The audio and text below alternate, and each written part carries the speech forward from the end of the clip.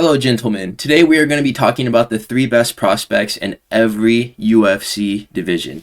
That's just a placeholder photo of my boy Ramiz Brahimaj. Look at that hat. Look at that freaking hat. That hat, I need one of those. How much do they cost? I can get one on eBay for $30, and this one is like really long. Bro, I'm not even sure. Like goal, if we can get like 25 likes, 30 likes on this video, I will buy this hat. We get 30 likes on the video, I will buy the Ramiz Brahimaj hat, and I will wear it on stream while I'm doing a fight companion.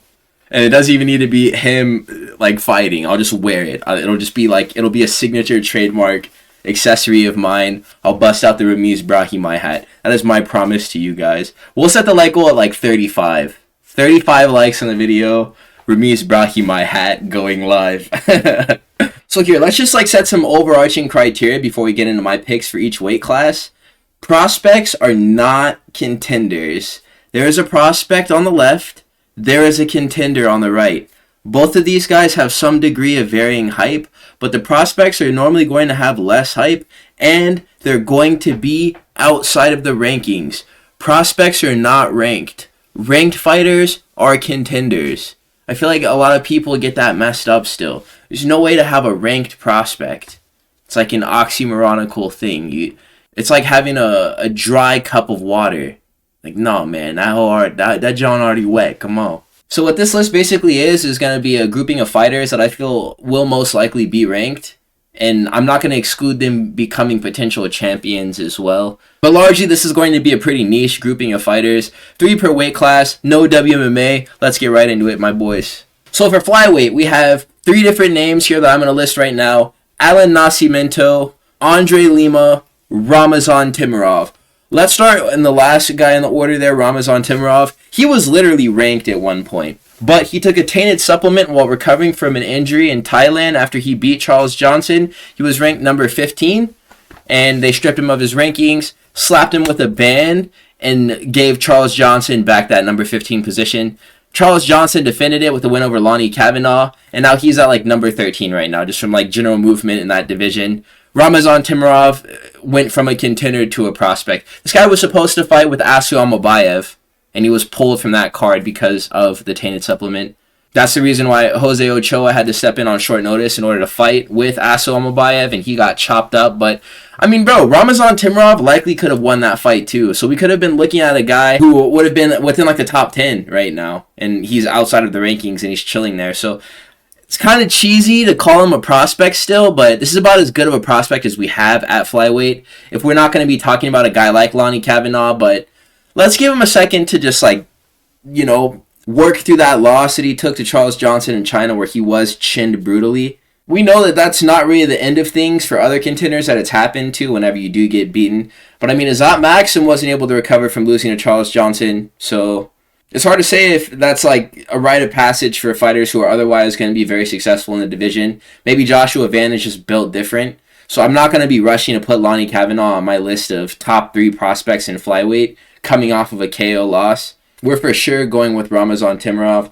Andre Lima, this is a guy who beat a very hyped up Felipe Dos Santos. Also took a bite on his arm too, which was one of the funniest in-cage moments ever. People need to be talking about that more. That cannot be forgotten through time. The fact that Andre Lima got his bicep bitten.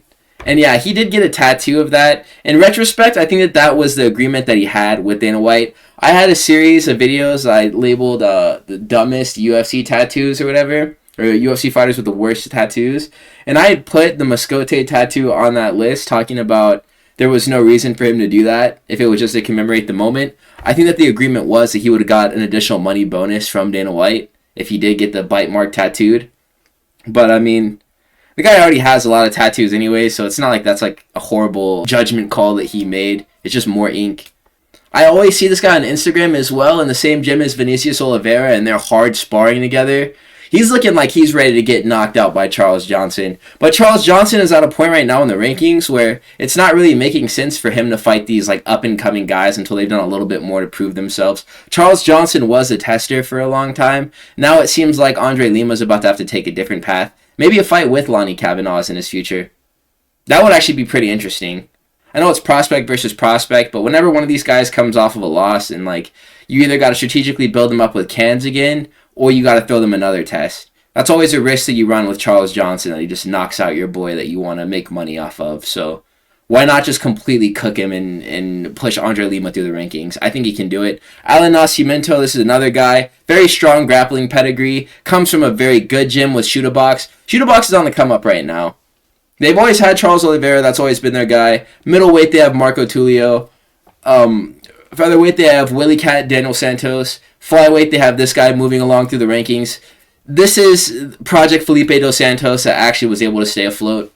The striking isn't all there, even though he did display a layer of chops in the stand-up against Cody Durden because he was able to drop Cody and then take the fight to the ground and choke him out.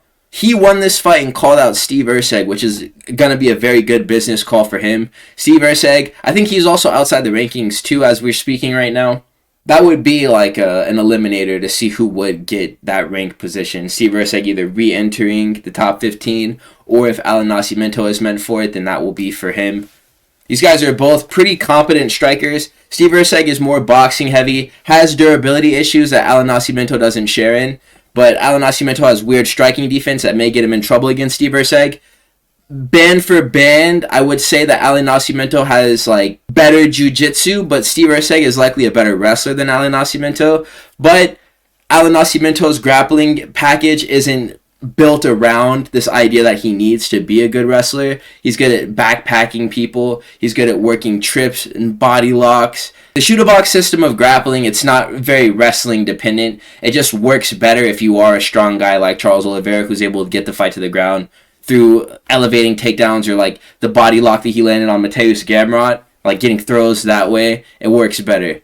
That's just another means for you to be able to take the back and to finish a fight. Alan Nascimento, I think he's going to go far. These three dudes are likely going to be household names within the flyweight division.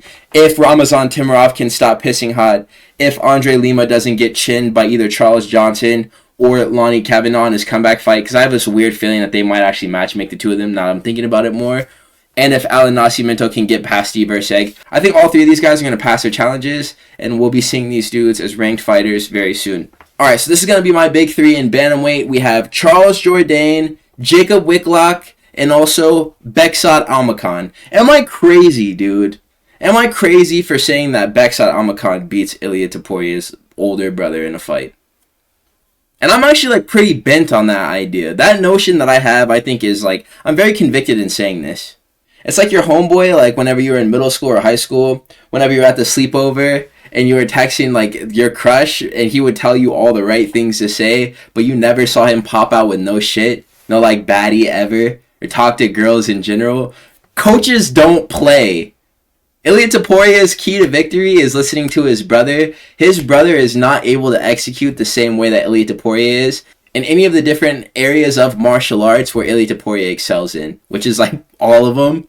The only thing that Alexander Topuria really has going for him in his favor is the grappling, but I'm not sure if he does that to a better degree than Beksat Almakhan, as he's displayed to be able to keep himself safe on the ground against Umar Nurmagomedov, who, I mean, has gotten better since he fought with Beksat Almakhan in Beksat Almakhan's debut. But I mean, dude, comparing the pacing of the Mario Batista fight and the Corey Sandhagen fight and all of Umar Nurmagomedov's other fights, he's always super active and super busy. And if you do have a Swiss cheese grappling package, or even one that's just really not well put together, you're going to get subbed by Umar, or his overwhelming pace in the grappling is going to set up the striking for him to be able to finish you on the feet. Beksat Almakhan made it through the entirety of 15 minutes with Umar Nurmagomedov, and even hurt him at one point in the fight. Minus one nearly latched-in submission, Beksat Almakhan virtually had the same level of performance that Mario Batista did. So, I mean, I think that shows promise for him to at least make it to a ranking in the division. He'll be top 15 if he can get past Alexander Topuria,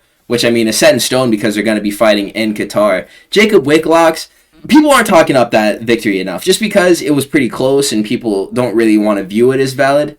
You gangsters are going to have to excuse me as well, because I didn't realize that was a photo of Robert Ruchawa that I had there instead of Jacob Whitlock. They both came to the UFC at the same time. Each Polish KSW fighters, I think that was the organization that they came out of. I had the PNG saved. I guess it would have been a post that would have been featuring both Wicklocks and Ruchalwa. So I just confused both of them since they were champions in that promotion. So excuse me, that's Wicklocks. He beat Patchy Mix in his UFC debut. Patchy Mix at one time was a consensus number 3 or so bantamweight in the world at a time where like Merab had just become champion and people were talking about, oh, what if there was like a Bellator and UFC crossover and Merab Dvalishvili fought with Patchy Mix? Do you think that Patchy Mix would win? And there was a group of people that were like, yo, Patchy Mix is low-key the best bantamweight in the world. It was the same way they treated Volkanovski whenever AJ McKee had beaten Patricio Pitbull. People were like, yo, AJ McKee is like, he's like the best featherweight in the world. And if he came to the UFC, this organization would be in trouble. People talked about Patchy Mix the same way, like he was like King Von, bro. Jacob Wicklocks, he did that, bro. It was a close decision, but it was really anyone's fight. People talked about that being like a robbery. You know how I feel about that. In my hot takes video, I talked about, man, like, the judges, they're gonna get it wrong. They're humans, bound to human error, but ultimately, who really cares? Are we really gonna politic and arbitrate our own hypothetical records for fighters that contradict their actual ones on Tapology? I don't have the time or memory to keep track of all the different fights that fighters, like, lost but didn't lose. What a bore, dude. Like, oh my god. I hate whenever people do that. Well, you know, that guy is actually like 17-0. He's really like 16-1, bro, because that fight he lost. And this one, it could have gone to that fighter too. So, you know, like 16-5-2, 15-6 really, because he lost that fight. It's like, bro, I don't think you got the facilities for that, big man. I don't think you got the authority to make them types of deliberations, my boy. Jacob Wicklocks, good striking and grappling, like hybrid fighter. I like his skill set a lot. I think that Ruchalwa didn't even do a bad job as far as like putting himself on the map as a contender at featherweight. It's just William Gomez is a really hard test. Jacob Wicklocks is going to be something at 135. I can say that pretty confidently. This dude is also very young too. You can see it in his face. This dude is really young and he's going to only get better as he's part of the organization. Praying for no injuries or major setbacks and like bad losses to fighters that he may get scheduled with in the future. I'm expecting him to be very relevant very soon at 135. Charles Jourdain is another fighter that we're going to be talking about here. Charles Jourdain at 145, he was good and he had a good skill set, but at 135, this guy has some real deal stopping power in his hands. And like in his other strikes that he throws as well. And he's got really good fight IQ. He studies his matchups really well, and he knows how to exploit the fighters that he is in the cage with. And that's exactly what he did to Davey Grant in a way that I've never really seen happen in Davey Grant's last, 5 fights. Normally, he just kind of swings and bangs with dudes that end up getting the better of him. I think Yanez was able to get Davey Grant. Dana Marcos for sure beat Davey Grant too, but there was not a very tactile approach taken by both of these fighters to make sure that they just outclassed Davey Grant. Hence the reason why they won by decisions. Very closely contested back and forth affairs. I think in the Marcos fight, it's another one of those ones where people were like, Marcos undefeated, bro?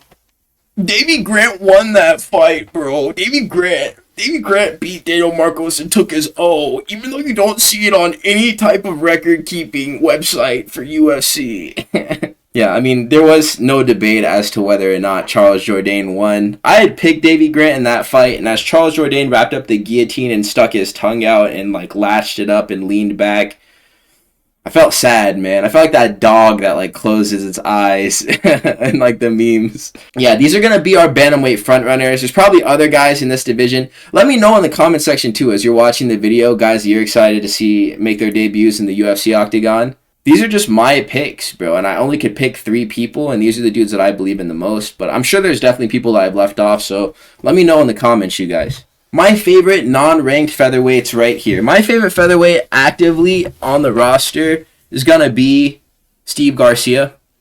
And I think that a dream matchup that I would have had for him, even in August, I made a video that was titled 27 fights the UFC needs to make immediately. I had match-made Gian Silva with Steve Garcia, and it makes sense as far as the rankings go now. But at the time, Gian Silva had been match-made to fight with Diego Lopez, and Steve Garcia wasn't even ranked, so it really didn't make any sense. But, I mean, dude, how sick of a fight would Gian Silva versus Steve Garcia be? That would be such a lit matchup. That's just violence. That's just straight-up violence. Both of those guys are actually like clinically insane. And I think that we would get a bloody war between the two of them. Somebody is going to sleep. And it could be either fighter. I could totally see both of those guys getting knocked out because they've both been knocked out before. John Silva more recently than Steve Garcia. But once upon a time, Maashate completely flatlined Steve Garcia. I know him of all people. It's kind of funny, but I'm excited for what future wars we have to watch Steve Garcia get into, because I think he's going to win a lot of them. I think he's going to brutalize many more people on his way to inevitably getting a title shot, because I think he is that good. Steve Garcia, as long as he's able to make 145, he's going to be starching people in the first 5 minutes of his bouts. Speaking of starching people, Daniel Santos. How about Daniel Santos beating up Ju Sang Yu, that guy? It's crazy how whenever these fighters lose, their names start to slip. That's a real phenomenon.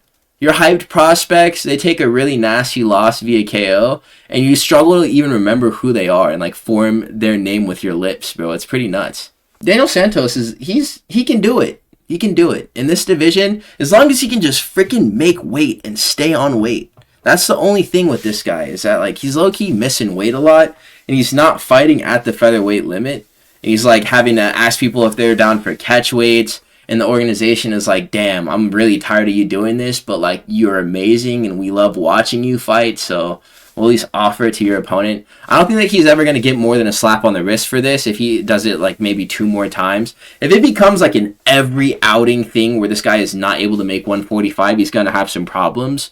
But other than that, man, like, Daniel Santos is amazing. And he's definitely earned his spot at the table as one of the more notable shoot-a-box fighters. I think that he has many more sleepy KOs left in the tank.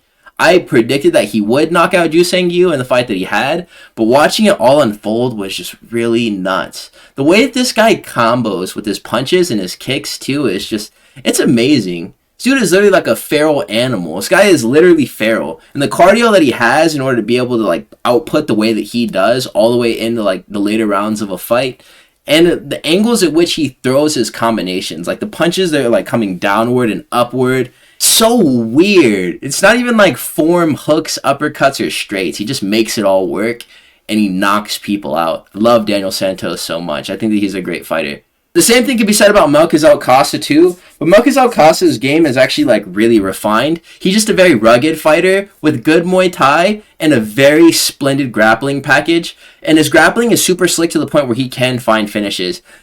Melquizael Costa, I follow him on Instagram, and at that point where we didn't like know where Tubarão, what is the dude's name? Again, another dude who just got stopped, and it's like, okay, well, how do I even say his name? Joe Anderson Brito. I saw a video of Melquizael Costa sparring with Joe Anderson Brito like 2 months ago. And Joe Anderson Brito looked to be in really good shape. So I was wondering where that guy even was. I think that he's just been announced to have a comeback fight against Melsik Bagdasaryan. But he had been sparring with Melquizael Costa pretty much this entire time. So another thing that I noticed is that Melquizael Costa outside of camp, he gets almost as big as Beowulf MMA, bro. Which, I mean, that's pretty goddamn swole. I'm not going to lie to you. Melquizael Costa puts on a lot of weight outside of camps, and he looks like an entirely different human being than like what he's photographed there on weight at featherweight. Dude low-key is like a $180, like a $175 in like downtime where he's like putting on mass. I rock with it. Melquizael Costa is cool as hell, man. And he's always changing up his Fortnite skin. He's always dyeing his hair. His vitiligo spots are changing on his face. He's almost like completely white at this point. And his fan interactions are lit. I be talking to Melquizael Costa. I haven't left a comment on one of his posts in a long time, but whenever I do, or if you DM this guy, he'll actually respond to you. Melky is my boy. And there's a little bit of personal bias conflating this placement of like him being on this list. But bro, I definitely rock with Melquizael Costa. I can't speak for everybody, but this dude is wicked. I love watching him fight. That's why I love Steve Garcia too, is because he finished Melquizael Costa. I think it was the first round of that fight, or the second round. Point taken, though. If you're like able to get Melky up out of there as quick as Steve Garcia was managing to do it, then you're something for real. Shepe Mariscal. This is a savage striker. Steve Garcia is another part of this dude's storyline. Steve Garcia has wins over Melquizael Costa and Shepe Mariscal. Shepe Mariscal in LFA outside of the UFC. Very violent fight. Shepe Mariscal is the CEO of Wars of Attrition. This guy is amazing. I think that he's also beaten Morgan Charrier too. Shep Mariscal. And that was at a time where Morgan Charrier like was building hype through the organization. They gave him a funky matchup with Shep Mariscal, and Shep Mariscal beat him. And not to mention what he did to Jack Jenkins' shoulder and like that wizard throw. Shep Mariscal is a nasty striker. Just elbows, chest to chest, like high guard, just eating your body. I really like watching Shep Mariscal fight. I think his most recent match was against Ricardo Ramos, and he just beat the crap out of that guy.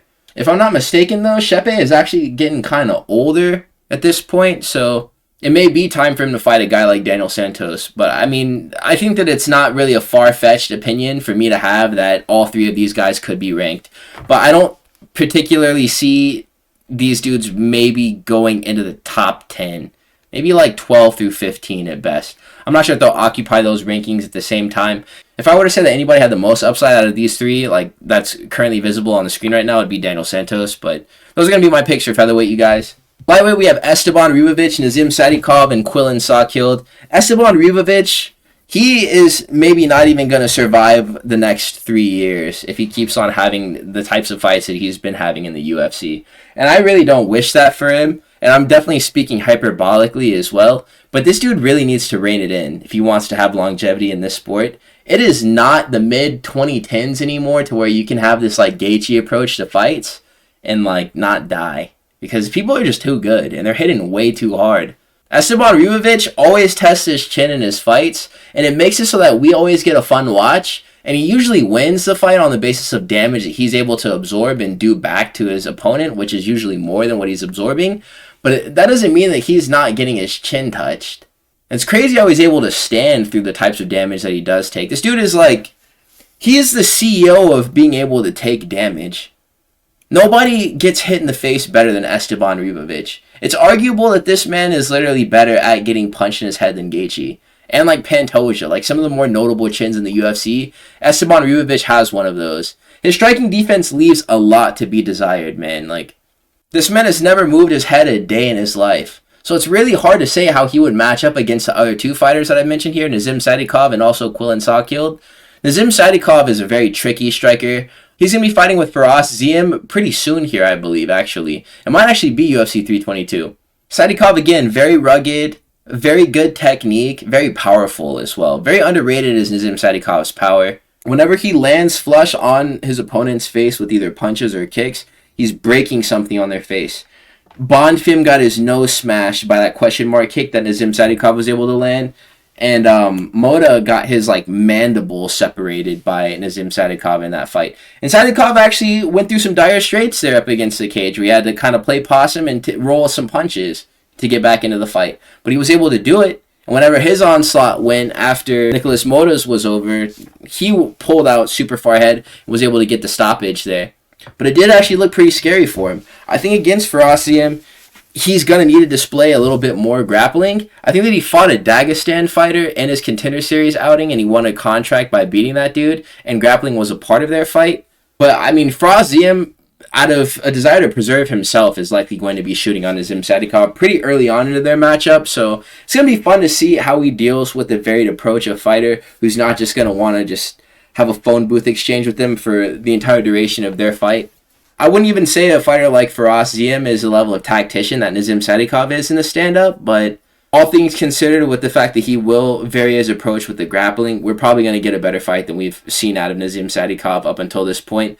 I still got my boy, though. I think that he's going to win that fight. That'll be like an eliminator to see who's meant for a ranked position afterwards. Then he's going to challenge someone in the top 15. Nazim Sadikov is meant for the rankings. I thought that his destiny was to fight with Renato Moicano in Brazil on the last fight night that they had over there. There was chatter that was going to go down. I think that he wins this fight over Ferocium, and there's no reason why it can't happen. Quillen Sawkild, I mean, I'm not really sure what the broken foot is going to have as far as bearing over like the trajectory of his career. He did break his foot, like smashing it over Nasrat Haqpar's head. This guy is a sniper, has really good power in his right hand, but it's not really a tool that he needs to over-rely on, since he can just use his range as a weapon in any form of strike that he's able to land at distance. I really do appreciate his skill set, and on top of that, he's a very good grappler too. He's a pretty good representation of what type of grappling Australia has. He's a very good hybrid style of striking and grappling and has good cardio in order to employ whatever game plan that he wants to employ for the entire duration of a fight. He's also pretty durable too because he had a barn burner with Shane Young on the Contender series. That was a fight that he did. My bad, not Shane Young. That's the Haka guy. Gage Young. That was the dude that he was able to win his contract over. Quillen Sakyo has a lot of upside. Hopefully he could shake off that injury and come back very soon. Massive lightweight. Stopping power in his kicks and his punches, control in the wrestling. He hasn't really demonstrated that high of an ability in order to get to like a submission. So if he does take a more grappling heavy approach in his fights, it's more than likely going to result in him winning a decision, but he'll win convincingly. I don't think that he's going to get stopped by anybody, on paper at least, all the way up until he gets to a position to be ranked. I think that he matches up really well with some guys in the rankings right now, like Mauricio Hufi. That'd be a sick fight, man. And he'd win that and become number 15. So hopefully he can heal up. Hopefully fighters like Mauricio Hufi are still in the rankings by the time that he does come back, because he's right there. A win over Nasrat Haqparast, the way that he scored it, like that puts you over a lot of different people who could vie for a position to get ranked. So it's pretty much up to him whenever he's able to come back. It's already made for him. Welterweight is like a deep division as far as like the contendership goes, you know. Outside of the rankings, kind of, I wouldn't say slim pickings because there are definitely some fighters that are notable, but I would say that these are the most notable fighters. Another thing to note is that the average welterweight, aside from like Mike Malott that's here, the other two guys are like 6'3". Welterweights now in 2025 are just dehydrated middleweights. And that kind of works for them over other divisions because a lot of these dudes do have grappling backgrounds. It's not like we're dealing with like Phil Rowe type dudes who are that tall and just like don't have wrestling or don't have knowledge of positions to be able to escape. Sam Patterson came up as a lightweight at 6'3", and he was the submission dude, and he was submitting people. Islam Dulatov also has some pretty good grappling on him too, but his striking, it seems to be really nice as he displayed against Adam Fujit. Knocked that guy out cold. I think that he will hole punch a lot of different people in this weight class. But I mean, the thing that I have to go off of as far as like stating Islam Dulatov as a good grappler is the fact that he trains with Abu Smagomedov. If he doesn't share in having the same cardio issues, then he likely is a good grappler. But it's really hard to say absolutely because he only has one fight in the UFC. It was a very good performance, but he didn't really showcase any of his grappling in that one. So, I don't know. Mike Malott, though, it's funny because I wanted to hate on Mike Malott post him losing to Neil Magny. But a reality is, Islam Dulatov might lose to Neil Magny. Hell, Sam Patterson, if he can't get to a knockout early, might actually lose to Neil Magny. Even though he fancies himself a jiu-jitsu guy, Neil Magny is just, he's the pinnacle of veteran experience meeting like actual ability in order to make things happen in the cage. And I don't know how he's able to like make it work still, being that he's like a dinosaur fossil. But he is, man. He just wins. Neil Magny is a force of nature. He's like Khabib Nurmagomedov in the way that, like, you just kind of know that he's going to take over at one point in the fight, even if it looks really bad. This dude is just divinely guided in order to win all of his fights in the UFC and forever. Mike Malott has good cardio, solid wrestling, great power as well. I mean, fight IQ is there. People are going to call him a dirty fighter for the fact that he did land nut shots on Kevin Holland. But I wouldn't consider losing to Neil Magny as like a fraud checking. Even if it did happen to him in his home country, it happens, dude. You lose to Neil Magny. That's what be going down sometimes. At middleweight, we have three under-the-radar names that I feel like should be getting more praise. We have Atiba Gauthier, we have Kyle Dawkins, and we have Marco Tulio. Marco Tulio is going to be fighting this weekend. If he loses to Christian Leroy Duncan, I will be eating a big bowl of crow, and a lot of you guys will be joining me in doing that because I have spoken high praises of Marco Tulio. I've talked about things that I've expected him to accomplish in this division. If he doesn't meet my expectations, I mean, you can't really be disappointed in him because all he's done up until this point is win a fight against Tresean Gore, and he's coming off of like a hand injury as well. So if it doesn't really pan out, him being like this ultimate destroyer of all the other unranked 185ers leading up to him getting a ranking, and that just kind of is what it is. Atiba Gauthier, though, I think that he is going to be this hulking Goliath that is going to get to a ranking in this division. He's going to be netting a lot of sleepy knockouts at 185. The same thing could honestly be said about Kyle Dawkins with the way that he dropped a stick of dynamite on the chin of Michel Pereira. Like, who expected that to happen? That dude was boxing people's heads off in Cage Fury Fighting Championship. I did not foresee him coming back to the UFC and getting a KO immediately over a striker like Michel Pereira. That was actually really funny. Kyle Daukaus, his grappling has always been nice. He's been having the fighter nickname the Dark Knight ever since he started competing in the UFC. But he's always been a step behind in the striking. So if he could really get that battened down, then it doesn't really seem like there's going to be many people stopping him in the foreseeable future. Ranked might be a stretch, but I think that he's going to maybe go on somewhat of a run. If Gerald Meerschaert could manage it and nearly get a ranking next to his name, or if at one point he was ranked, it's kind of like fuzzy right now, Kyle Daukaus will be able to do just fine with the skill set that he's demonstrated in his return. He'll be okay. Atiba Gauthier has no known weaknesses as of right now. It may be that he's a poor grappler and that nobody's really exposed that. He has the strength to be able to keep fights standing, and, I mean, he has, like, the scary factor to make it so that people don't even want to get close to him.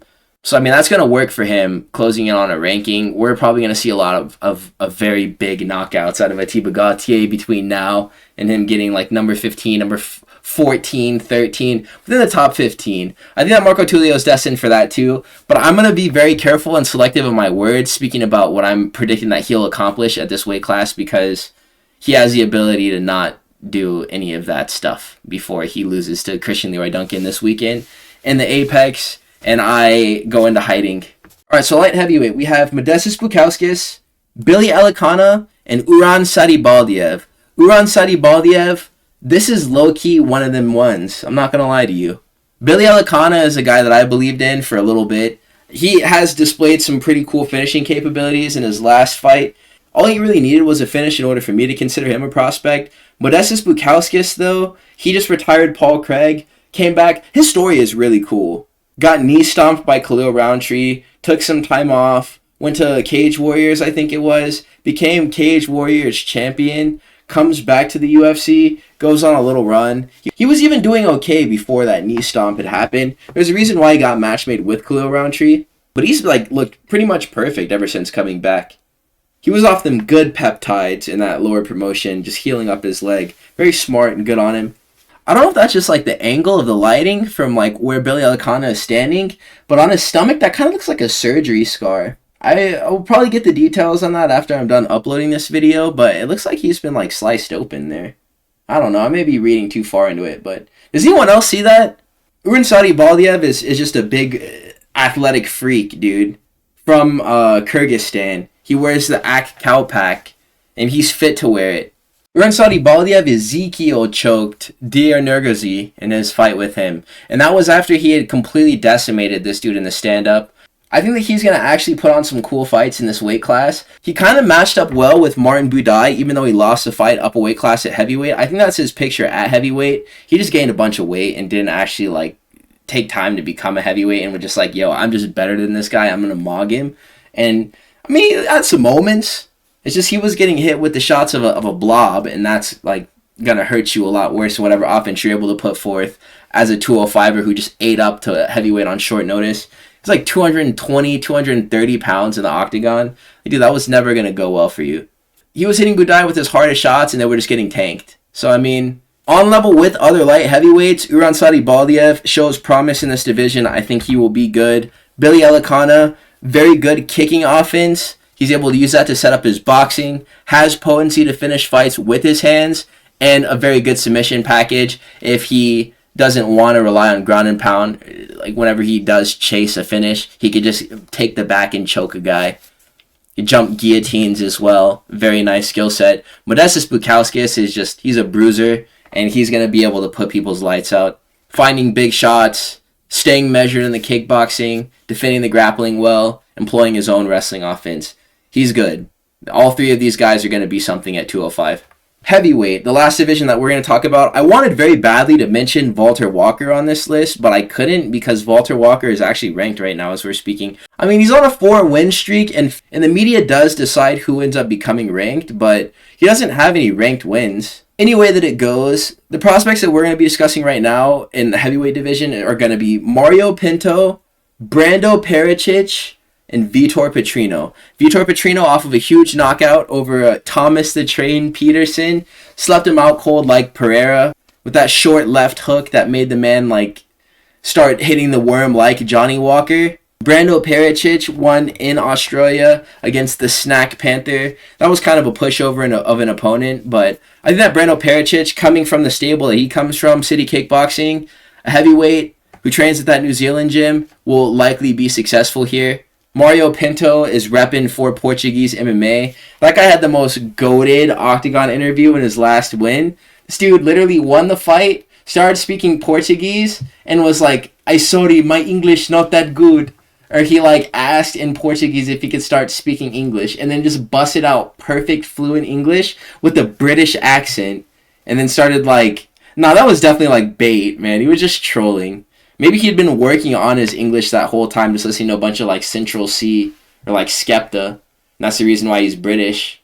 But nah, dude, like he's lit. All these three fighters are lit. As far as prospects go that people don't really know about and that are like flying under the radar right now until they actually do get rankings, this is about as good as it gets. Petrino, namely, is actually doing really well in this weight class. Is a guy who came up from 205.